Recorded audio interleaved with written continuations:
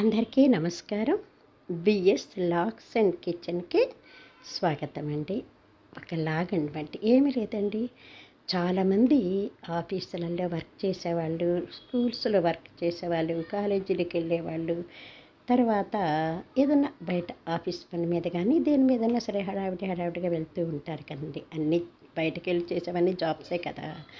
అలాంటి వాళ్ళకి బయట టెన్షన్, ఇంట్లో టెన్షన్ కూడా ఉంటుంది.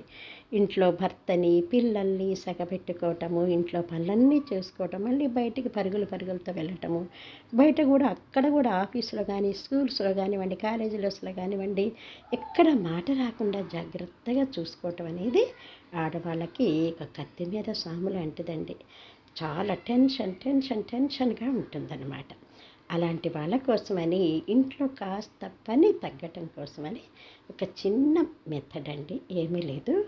ఇడ్లీ చేయాలనుకోండి, 1 కిలో మినప్పప్పు చక్కగా పట్టించేసి గిన్నెకి పక్కన పెట్టేసుకోవాలి. తర్వాత రాత్రిపూట ఏం చేయాలంటే దాంట్లోంచి ఒక పెద్ద గ్లాసుడో చిన్న గ్లాసుడో ఎవరు కావాలంటే అంత పిండి తీసుకొని చక్కగా ఇడ్లీ పిండి ఎలా మనం రుబ్బి పెట్టుకుంటాం అలాగే చక్కగా నీళ్ళు పోసి చక్కగా కలిపేసి సాల్ట్ వేసి పక్కన పెట్టుకొని దానికి 2 గ్లాసుల రవ్వ తీసుకొని శుభ్రంగా కడిగేసేసి గట్టిగా పిండి ఈ పిండిలో కలిపేసుకొని సాల్ట్ వేసి కనుక రాత్రిపూట పెట్టి పొద్దున్నే ఇడ్లీ వేసామనుకోండి, గ్రైండర్ పిండిలో ఎలా వస్తాయో ఇడ్లీ సేమ్ టు సేమ్ అలాగే వస్తాయండి. చాలా బాగుంటాయి, మెత్తగా ఉంటాయి.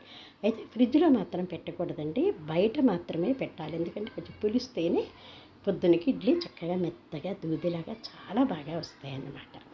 ఇంకోటి ఏంటంటేనండి, సపోజ్ దోశ చేయాలనుకున్న వాళ్ళు ఏం చేయాలంటే 3 గ్లాసుల బియ్యానికి 1 గ్లాసు మినప్పప్పు, చిన్న గ్లాసుడు పెసరపప్పు, చిన్న గ్లాసు శనగపప్పు, ఒక 3 చెంచాలేమో సగ్గు బియ్యము, 1 చెంచానేమో మెంతులు వేసి చక్కగా గిన్నెకి పట్టించి పెట్టుకొని రాత్రిపూట మనకి ఎంత కావాలో అంత పిండి తీసుకొని చక్కగా సాల్ట్ వేసి నీళ్ళు పోసి చక్కగా కనుక దోశల పిండిలాగా కలిపి పెట్టేసుకొని నానబెట్టుకొని కనుక పొద్దునే దోశలు వేసామనుకోండి ఎంత బాగా వస్తాయనండి. చక్కగా బక్కలుగా మంచిగా అందంగా టేస్టీగా కూడా ఉంటాయి. గ్రైండర్ పిండికి దీనికి ఎలాంటి తేడా మీకు అనిపించదండి, అదే టేస్ట్ వస్తుందన్నమాట.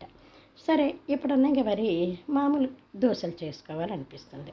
అప్పుడు కూడా ఎట్లా అంటే ఒక 4 గ్లాసులు బియ్యానికి 1 గ్లాసు మినప్పప్పు, 4 చెంచాల సగ్గు బియ్యం, 1 చెంచాన్నరేమో మెంతులు వేసి పట్టించి పక్కన పెట్టుకొని ఎంత పిండి కావాలో అంత పిండి రాత్రిపూట చక్కగా నానబెట్టేసుకొని దాంట్లో సాల్ట్ వేసి కనుక మనం రాత్రిపూట పెట్టుకొని పొద్దున్నే కనుక దోశలు వేసినా కూడా సేమ్ గ్రైండర్ పిండి లాగానే వస్తాయండి. సరే, ఎప్పుడన్నా గారెలు చేసుకోవాలనిపిస్తుందండి, మరి అప్పుడు ఎలాగా? అప్పటికప్పుడు మళ్ళీ నానబెట్టాలి, గ్రైండర్ పెట్టరు, నెత్తినొప్పి కదండి.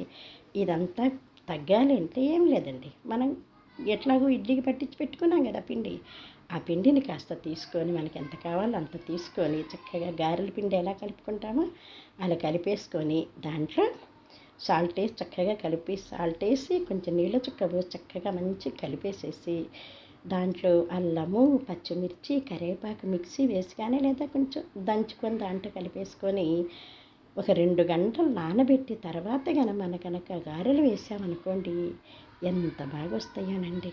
చక్కగా ఇలా పొంగుతాయి. సేమ్ గ్రైండర్ పిండికి దీనికి కూడా ఎలాంటి తేడా అనిపించదు.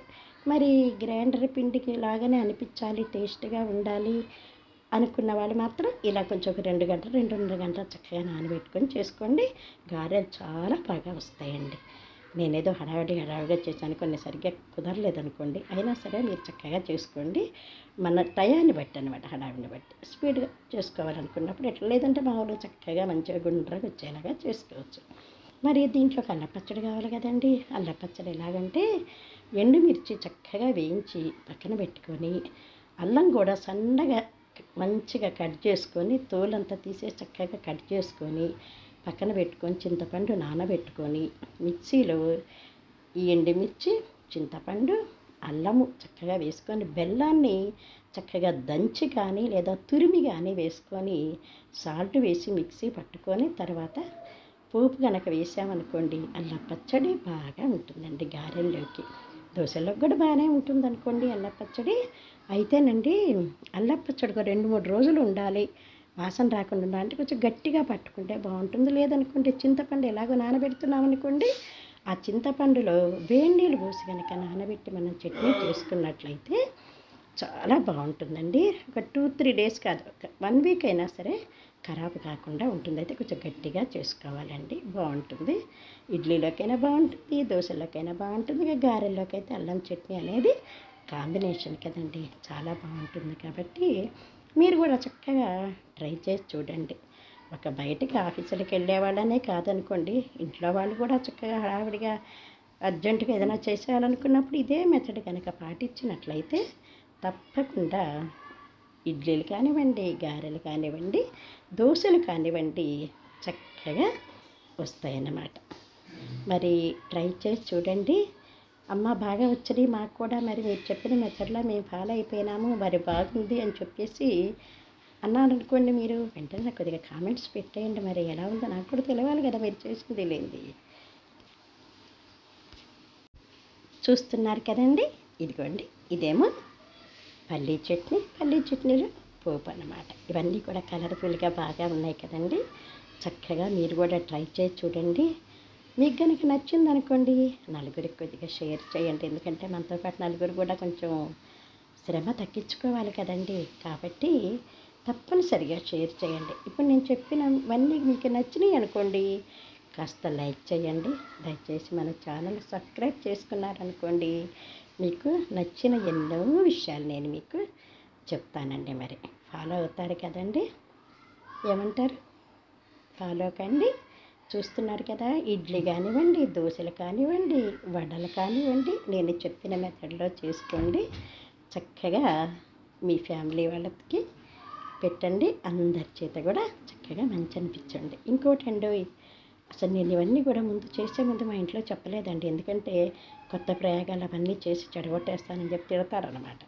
అందుకోసం అని చెప్పేసి ఇవన్నీ కూడా నేను చేసిన తర్వాత ఇట్లా చేశాను అని చెప్పానండి. నిజంగా నా ఇది గ్రైండర్ పిండిలాగానే ఉంది అని చెప్పి అన్నారండి. అలాగే మరి మీ ఇంట్లో వాళ్ళకి కూడా అలాగే మరి సబ్స్క్రైబ్ చేయండి మరి.